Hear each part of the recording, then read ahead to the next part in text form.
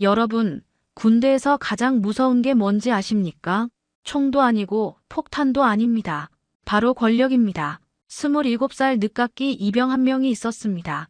카이스트에서 박사까지 마친 천재였지만 군대에서는 그저 평범한 신병일 뿐이었죠. 특전사 출신 대위는 이 조용한 병사를 만만하게 봤습니다. 책상머리 공부만 하던 애가 군대에서 뭘 할 수 있겠어.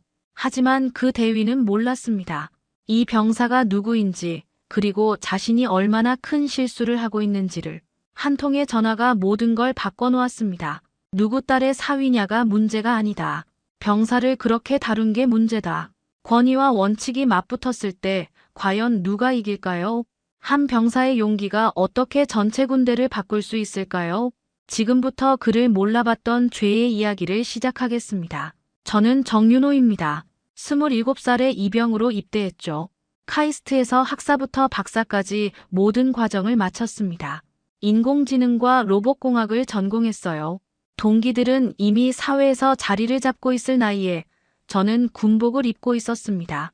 야, 신병. 나이가 몇이야? 훈련소를 거쳐 자대에 도착한 첫날 선임들이 물어봤습니다. 27살입니다. 뭐? 27? 다들 놀라는 표정이었어요. 저보다 어린 선임들도 많았거든요. 어색한 분위기가 흘렀습니다. 며칠 후 소대 회식 자리에서 제 전공을 밝혔을 때도 마찬가지였어요. 박사까지 했다고. 그럼 뭐하러 여기 왔어? 병역 의무를 다하려고 왔습니다. 간단히 대답했지만 시선들이 묘해졌죠. 호기심 반, 경계심 반이었습니다. 가장 문제는 중대장인 중대장이었어요. 특전사 출신인 중대장은 첫 면담에서부터 제게 따갑게 물어봤습니다. 정윤호, 너 같은 애들이 군대 와서 뭘 할 수 있다고 생각해? 성실히 복무하겠습니다. 성실히? 대위가 코웃음을 쳤습니다. 책상머리에서 공부만 하던 애가 군대에서 뭘 안다고. 그날부터 저만 특별히 힘든 훈련을 받게 됐어요. 다른 병사들이 휴식할 때도 저는 추가 체력 단련을 해야 했습니다. 지식인 병사라며 몸도 좀 만들어 봐야지. 중대장의 목소리에는 비웃음이 섞여 있었어요. 그래도 저는 참았습니다. 군대는 원래 힘든 곳이라고 생각했거든요. 그런데 유격 훈련 때 일이 벌어졌습니다. 정윤호, 장애물 통과 다시. 이미 3번째였어요. 다른 병사들은 한 번에 통과했는데 저만 계속 재시도를 하고 있었습니다. 철조망 아래를 기어가다가 발목이 삐끗했어요. 순간 찌릿한 통증이 올라왔습니다. 아, 소리가 절로 나왔죠. 뭐야? 벌써 지쳤어. 중대장이 다가왔습니다. 중대장님, 발목을 다친 것 같습니다. 다쳤다고? 그 정도로? 중대장은 제 발목을 보지도 않고 고개를 저었어요. 일어나. 계속해. 발목이 욱신거렸지만 어쩔 수 없었습니다. 저는 이를 악물고 훈련을 마저 마쳤어요. 그때만 해도 며칠 쉬면 나을 줄 알았습니다. 하지만 다음 날 아침 발목이 퉁퉁 부어 있었어요. 다음 날 아침 기상 시간이었습니다. 발목이 심하게 부어서 신발을 신기가 힘들었어요. 정윤호 왜 그래? 같은 생활관 병사들이 제 모습을 보고 놀랐습니다. 어제 훈련 때 발목을 다쳤습니다. 와, 진짜 많이 부었네. 의무대 가봐야겠다. 하지만 아침 점호 때 중대장에게 말하자 반응이 달랐어요. 중대장님, 어제 훈련 중 발목을 다쳐서 의무대에 가봐야겠습니다. 다쳤다고? 중대장이 제 발을 내려다봤습니다. 그까짓 것 가지고 뭘 그래? 군인이 그 정도로 다쳤다고 하나? 하지만 많이 부었습니다. 부었다고? 엄살 부리지 마. 다른 병사들이 보는 앞에서였어요. 얼굴이 화끈거렸습니다. 중대장님, 정말 아픕니다. 아프다고? 너 같은 애들이 문제야. 조금만 힘들면 바로 아프다고 하고. 중대장의 목소리가 점점 커졌어요. 카이스트 나온 게 뭐 대수라고 생각하나? 여기서는 그런 거 통하지 않아. 주변 병사들이 웅성거렸습니다. 저는 고개를 숙일 수밖에 없었어요. 오늘 훈련 계속 참가한다. 알겠나? 중대장님, 하지만은 무슨 하지만이야. 명령이다. 그날 하루 종일 훈련에 참가해야 했습니다. 발목은 계속 아팠지만 내색할 수 없었어요. 단독군장 행군 때는 더 심했습니다. 정윤호, 뭐하냐? 빨리 따라와. 절뚝거리며 걷는 제게 중대장이 소리쳤어요. 지금 연기하는 거냐? 정말 다쳤으면 바닥에 쓰러져 있을 텐데. 연기가 아닙니다. 정말 아픕니다. 아프다고. 그럼 이거 해봐. 갑자기 제 어깨를 세게 밀었습니다. 균형을 잃고 넘어질 뻔했어요. 다른 병사들이 불편한 표정을 지었습니다. 하지만 아무도 나서지 않았어요. 그날 밤 생활관에서 동기가 조용히 말했습니다. 윤호야, 너무 심한 것 같은데. 괜찮아. 괜찮긴 뭐가 괜찮아. 발목 정말 많이 부었잖아. 하지만 어쩔 수 없었어요. 중대장의 명령을 거부할 수는 없었거든요. 며칠이 지나도 발목은 나아지지 않았습니다. 오히려 더 심해졌어요. 걸을 때마다 찌릿한 통증이 올라왔죠. 또 아프다고 할 거야? 매일 아침 중대장은 저를 불러서 물어봤습니다. 오늘은 어때? 또 의무대 가고 싶나? 대답 안 해. 군인이 그렇게 나약해서 어떻게 나라를 지키겠어? 점점 견디기 힘들어졌습니다. 발목 통증보다 더 힘든 건 무시당하는 기분이었어요. 한 주가 지났을 때였습니다. 면회 신청이 들어왔다고 했어요. 정윤호 면회 왔다. 생각지도 못한 일이었습니다. 누가 올 거라고 미리 연락받지 못했거든요. 면회실에 가보니 윤지연이 앉아 있었습니다. 제 약혼녀였어요. 지연아, 어떻게 왔어? 오빠 얼굴 보고 싶어서 왔어. 하지만 윤지연의 표정이 점점 굳어졌습니다. 제가 절뚝거리며 걸어오는 모습을 본 거죠. 오빠, 다리 왜 그래? 아, 이거 훈련 중에 조금 다쳤어. 조금. 걸음걸이가 이상한데. 윤지연이 자리에서 일어나 제 발목을 보려고 했어요. 괜찮다고 했잖아. 괜찮긴. 신발도 제대로 못 신었네. 정말 그랬습니다. 발목이 너무 부어서 평소보다 큰 신발을 신고 있었거든요. 언제부터 이랬어? 일주일 정도 됐나? 일주일이나? 병원은 갔어? 아직. 왜 안 갔어? 말하기 어려웠습니다. 중대장 이야기를 어떻게 설명해야 할지 모르겠더라고요. 그냥 바빠서. 오빠가 거짓말하는 거 다 알아. 윤지연이 심각한 표정을 지었습니다. 정확히 뭔 일인지 말해. 결국 모든 걸 털어놨어요. 유격 훈련에서 다친 것부터 중대장이 의무대에 보내주지 않는 것까지. 그게 정말이야? 윤지연의 얼굴이 화가 난 표정으로 변했습니다. 말도 안 돼. 다친 병사를 그렇게 둘 수가 있어? 지연아, 목소리 좀 낮춰. 왜 낮춰? 이건 명백히 잘못된 일이야. 면회실이 조용해졌어요. 다른 사람들이 우리를 쳐다보기 시작했습니다. 일단 외박 신청할 거야. 외박? 병원 가야지. 지금 상태로는 안 돼. 윤지연이 당장 행정실로 전화한 후 행정실에 갔습니다. 저는 말릴 새도 없었어요. 1시간 후 외박 승인이 나왔습니다. 놀라운 일이었죠. 평소라면 쉽게 나오지 않는 게 외박 승인이었거든요. 어떻게 된 거야? 내가 사정을 설명했어. 민간병원에 도착했을 때 의사가 제 발목을 보고 놀랐습니다. 언제부터 이랬습니까? 일주일 정도 됐습니다. 일주일이나? 왜 이제 와요? 부대에서 바빠서. 바쁘다고 이걸 방치했어요? 인대가 많이 손상됐네요. 엑스레이를 찍고 진료를 받는 동안 윤지연은 계속 화가 난 표정이었어요.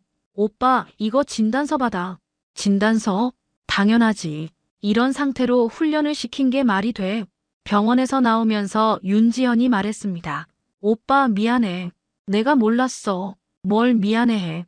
아빠한테 말씀드릴 거야. 아빠한테? 그러지 마. 왜?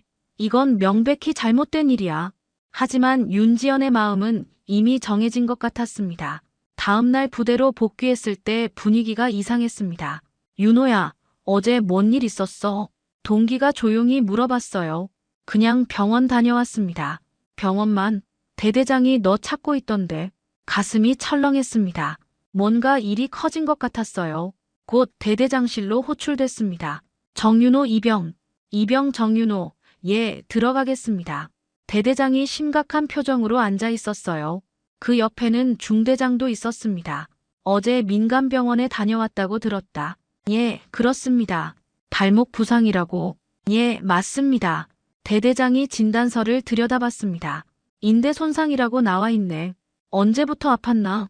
일주일 전부터입니다. 일주일 전? 대대장의 눈빛이 날카로워졌어요. 그동안 의무 조치는 받았나? 아닙니다. 받지 못했습니다. 왜?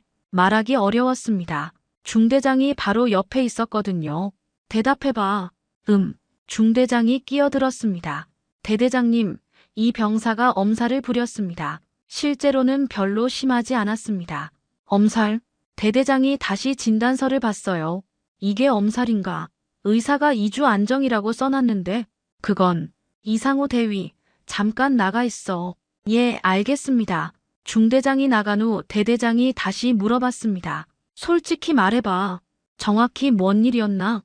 결국 모든 걸 말했습니다. 훈련 중 다친 것부터 의무대에 보내달라고 요청했지만 거절당한 것까지. 그래서 일주일 동안 그 상태로 훈련을 계속했다는 거냐? 예, 그렇습니다. 대대장의 표정이 굳어졌어요. 그날 오후였습니다. 갑자기 부대 전체가 술렁이기 시작했어요. 야, 감찰 나온대. 감찰? 응, 군단에서 직접 내려온다고. 뭔 일인데? 아무도 정확한 이유를 몰랐습니다. 하지만 모두 불안해했어요. 저녁 시간에 중대장이 간부들과 이야기하는 걸 들었습니다. 별것 아닌 일로 너무 시끄럽게 만드는 거 아닙니까? 하지만 위에서 직접 지시가 내려왔다. 지시요? 군단장이 직접 전화했다. 군단장이요? 중대장의 목소리가 떨렸어요. 다음 날 아침 감찰관들이 도착했습니다. 2명의 중령과 1명의 소령이었어요. 부대 전체가 긴장 상태에 빠졌습니다.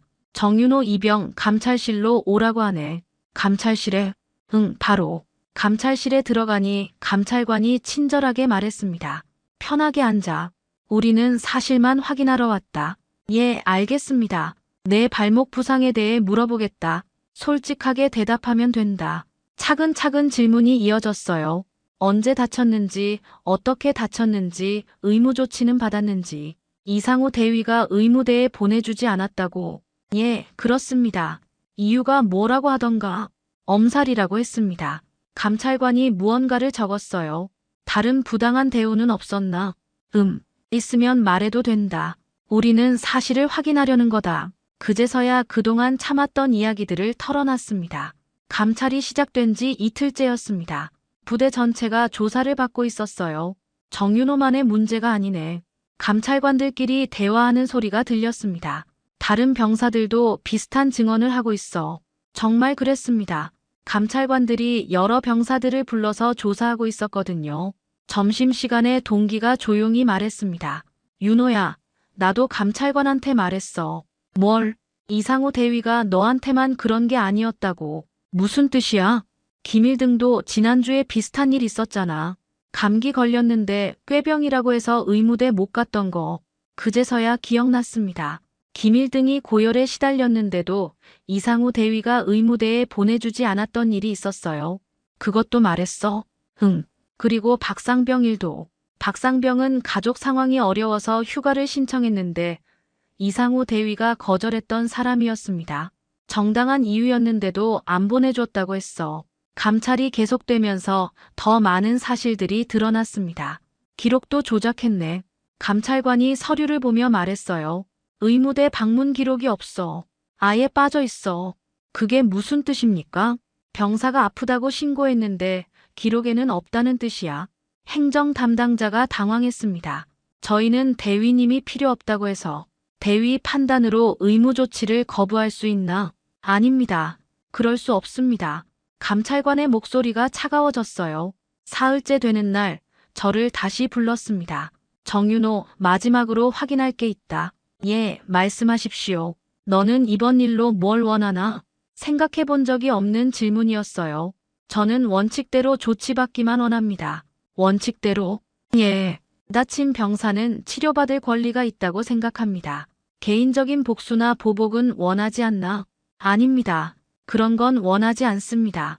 감찰관이 고개를 끄덕였어요. 알겠다. 성숙한 답변이야. 그날 오후 이상호 대위가 감찰실에 들어갔습니다. 1시간 넘게 있었어요. 나올 때 얼굴이 창백했습니다. 대위님, 괜찮습니까? 다른 간부가 물어봤지만 대답하지 않았어요. 저녁에 소문이 돌기 시작했습니다. 이상호 대위 중징계를. 진짜? 응. 감찰관들이 군단에 정식 보고한다고 해. 뭔 징계인데? 강등이나 전속 처분 받을 수도 있다고. 부대 분위기가 숙연해졌습니다. 다음 날 아침 대대장이 전체 집합을 시켰어요. 어제 감찰이 끝났다. 모두 조용히 들었습니다. 이번 일을 통해 우리 부대의 문제점들이 드러났다. 병사는 부대의 소중한 자산이다. 아무도 함부로 대해서는 안 된다. 대대장의 목소리에 힘이 들어갔어요. 앞으로는 이런 일이 절대 일어나지 않도록 하겠다. 해산 후 동기가 물어봤습니다. 기분이 어때? 별로 좋지 않아. 왜? 이제 끝났잖아. 하지만 뭔가 씁쓸했습니다. 이런 일이 생기지 않았다면 더 좋았을 텐데 하는 생각이 들었거든요. 일주일 후였습니다. 감찰 결과가 정식으로 발표됐어요. 이상우 대위 강등 처분. 부대 전체가 술렁였습니다. 대위에서 중위로 강등되는 처분이었거든요. 그리고 다른 부대로 전속. 더 큰 충격이었습니다. 군 생활에서 강등과 전속은 거의 최고 수준의 징계였어요. 정말이야? 응. 공식 발표 났어. 병사들끼리 웅성거렸습니다. 이상우 대위 어디 갔어? 아직 안 나타났어. 그날 오후 이상우 대위를 봤습니다. 평소와 달리 기운이 없어 보였어요. 복도에서 마주쳤을 때였습니다. 정윤호, 이병 전윤호, 예, 대위님. 너 때문에 내 군 생활이 망가졌다. 목소리에 원망이 섞여 있었어요. 죄송합니다. 죄송하다고. 지금 와서 죄송하다고 하면 뭐가 달라져? 하지만 저는 잘못했다고 생각하지 않았습니다. 다친 병사를 치료해달라고 한 게 무슨 잘못이겠어요. 대위님도 원칙대로 하셨다면 이런 일은 없었을 것입니다. 원칙이라고. 군대에서 원칙만 가지고 되나? 하지만 병사를 함부로 대해서는 안 됩니다. 이상우 대위가 화를 냈습니다. 내가 뭘 안다고 그런 말을 해? 모르겠습니다. 하지만 잘못된 건 잘못된 것입니다. 그 순간 다른 간부들이 지나갔어요. 모두 이상우 대위를 보는 시선이 차가웠습니다. 어떻게 저런 사람이 여기까지 왔지? 병사들을 저렇게 대하다니. 부끄럽네. 속삭이는 소리들이 들렸어요. 이상우 대위의 얼굴이 빨갛게 달아올랐습니다. 다음 날 군단장이 부대를 방문했다는 소식이 들렸습니다. 전체 장병 앞에서 훈시가 있었어요. 최근 우리 부대에서 안타까운 일이 있었다. 군단장의 목소리가 울려 퍼졌습니다. 약한 병사는 없다. 이해 없는 상관이 있을 뿐이다. 모든 병사들이 집중해서 들었어요. 병사 한 명 한 명이 모두 소중하다. 누구도 함부로 대해서는 안 된다. 지휘관의 역할은 병사를 보호하는 것이다. 괴롭히는 게 아니다. 군단장의 말 한마디 한마디가 가슴에 와닿았습니다. 앞으로는 이런 일이 절대 있어서는 안 된다. 훈시가 끝난 후 병사들 사이에서 이야기가 나왔어요. 군단장님 말씀이 맞아. 그동안 우리가 너무 참고만 살았나? 정윤호가 용기 있게 말해서 다행이야. 하지만 저는 복잡한 기분이었습니다. 이상우 대위의 군 생활이 망가진 것에 대해 미안한 마음도 있었거든요. 그날 저녁 동기가 말했습니다. 윤호야, 내가 잘못한 거 아니야. 그래도 한 사람의 인생이. 아니야. 이상우 대위가 잘못한 거야. 너는 당연한 걸 요구한 거고. 그렇긴 하지만 만약 내가 참고 넘어갔다면 다른 병사들도 계속 고생했을 거야. 생각해보니 맞는 말이었어요. 저만의 문제가 아니었거든요. 이상우 대위의 전속 준비가 시작됐습니다. 일주일 후면 다른 부대로 떠날 예정이었어요. 부대 분위기는 많이 달라져 있었습니다. 새로운 김 대위는 완전히 다른 스타일이었거든요. 아픈 병사 있으면 언제든 말해. 무리하지 말고 몸 관리 잘해. 병사들을 대하는 태도부터 달랐어요. 그런데 전속을 며칠 앞둔 어느 날이었습니다. 이상우 대위가 저를 찾아왔어요. 정윤호, 잠깐 나와봐. 이병 정윤호, 예, 알겠습니다.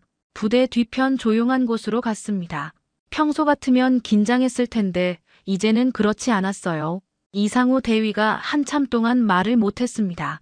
무언가 고민하는 표정이었어요. 정윤호, 이병 정윤호, 난 내가 그렇게 대단한 줄 몰랐다. 갑작스러운 말이었습니다. 무슨 말씀이십니까? 참모 총장 사위라는 거. 아, 그건 미안하다. 짧지만 무거운 사과였어요. 하지만 저는 별로 감동받지 못했습니다. 참모 총장 사위라서 미안하다는 것입니까? 그게 아니라, 그럼 뭡니까? 이상우 대위가 당황했어요. 너를 제대로 대하지 못한 것. 그런데 왜 지금에서야 그런 말씀을 하십니까? 지금이라도 하는 거 아냐? 하지만 저는 받아들이기 어려웠습니다. 대위님은 제가 참모 총장 사위라는 걸 알고 나서야 미안하다고 하시는 것입니까? 아니다. 그런 게 아니야. 그럼 왜 그동안은 모르셨습니까? 이상우 대위가 답하지 못했어요. 저는 처음부터 똑같은 병사였습니다. 다친 병사였고 치료가 필요한 병사였습니다. 맞다. 내가 잘못했다. 지위나 배경 때문에 사과하시는 거라면 받을 수 없습니다. 이상우 대위의 얼굴이 붉어졌습니다. 그런 게 아니라고 했잖아. 그럼 뭡니까? 감찰받고 징계받으니까 미안해진 겁니까? 정윤호, 너무 하는 거 아냐? 저는 사실만 말하고 있습니다. 둘 사이에 침묵이 흘렀어요. 괜찮습니다. 결국 제가 먼저 말했습니다. 저도 군대에서 배운 게 많습니다. 배운 게 사람을 제대로 보는 방법을 배웠습니다. 이상우 대위가 고개를 숙였어요. 그리고 원칙을 지키는 게 얼마나 중요한지도 알았습니다. 대위님도 앞으로는 다른 병사들을 잘 대해 주십시오. 알겠다. 그럼 저는 들어가겠습니다. 정윤호. 뒤돌아보니 이상우 대위가 서 있었어요. 정말 미안하다. 이번에는 진심이 느껴졌습니다. 하지만 이미 늦었어요. 알겠습니다. 그게 이상우 대위와 나눈 마지막 대화였습니다. 며칠 후 이상우 대위가 부대를 떠났어요. 아무도 배웅하지 않았습니다. 기분이 어때? 동기가 물어봤습니다. 별로. 왜? 뭔가 씁쓸해. 그래도 이제 끝났잖아. 하지만 정말 끝난 걸까요? 마음 한편에는 여전히 무거운 게 남아 있었습니다. 시간이 흘러 저녁날이 다가왔습니다. 1년 6개월의 군 생활이 마무리되는 시점이었어요. 그 사이 부대는 많이 달라져 있었습니다. 새로운 김 대위 덕분에 분위기가 완전히 바뀌었거든요. 아픈 병사는 무조건 의무대부터 보내. 훈련도 중요하지만 안전이 더 중요하다. 병사들을 대하는 방식이 근본적으로 달랐어요. 그런데 저녁 며칠 전이었습니다.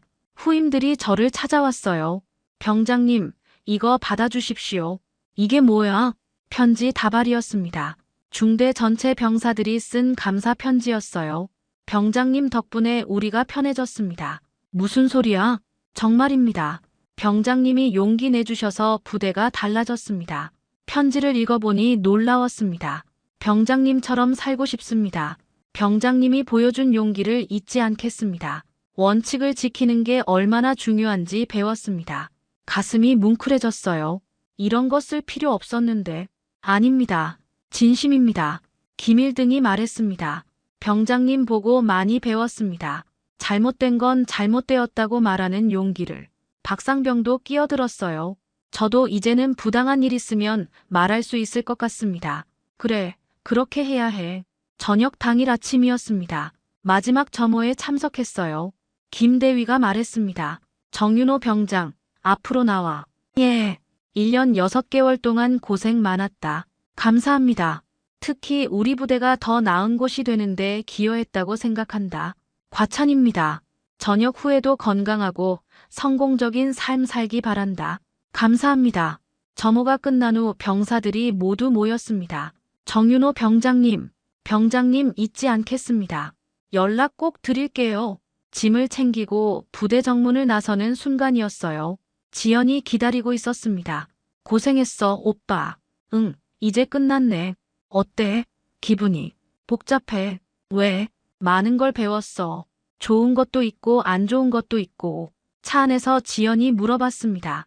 후회해? 뭘? 그때 참지 말고 말한 것. 생각해봤습니다. 아니야. 후회 안 해. 다행이야. 원칙은 지켜야 하는 거니까. 오빠답니네. 며칠 후 소식을 들었습니다. 제가 있던 부대에서 모범 부대상을 받았다고 했어요. 병영 문화 개선 우수 부대로 선정됐다는 거였습니다. 정윤호 때문이래. 동기가 전화로 말했어요. 무슨 소리야? 진짜야. 내가 계기가 되어서 부대 전체가 바뀌었다고. 그런 거 아닐 텐데. 아니야. 상부에서도 인정했어. 신기한 일이었습니다. 지금 생각해보면 그때가 제 인생의 중요한 순간이었던 것 같아요. 참모 총장의 사위라서가 아니라 원칙을 지킨 한 명의 병사로서 기억되고 싶었습니다. 그리고 정말 그렇게 됐어요. 오늘 이야기 어떠셨나요? 재미있으셨다면 구독과 좋아요 부탁드립니다. 항상 건강하고 행복하세요.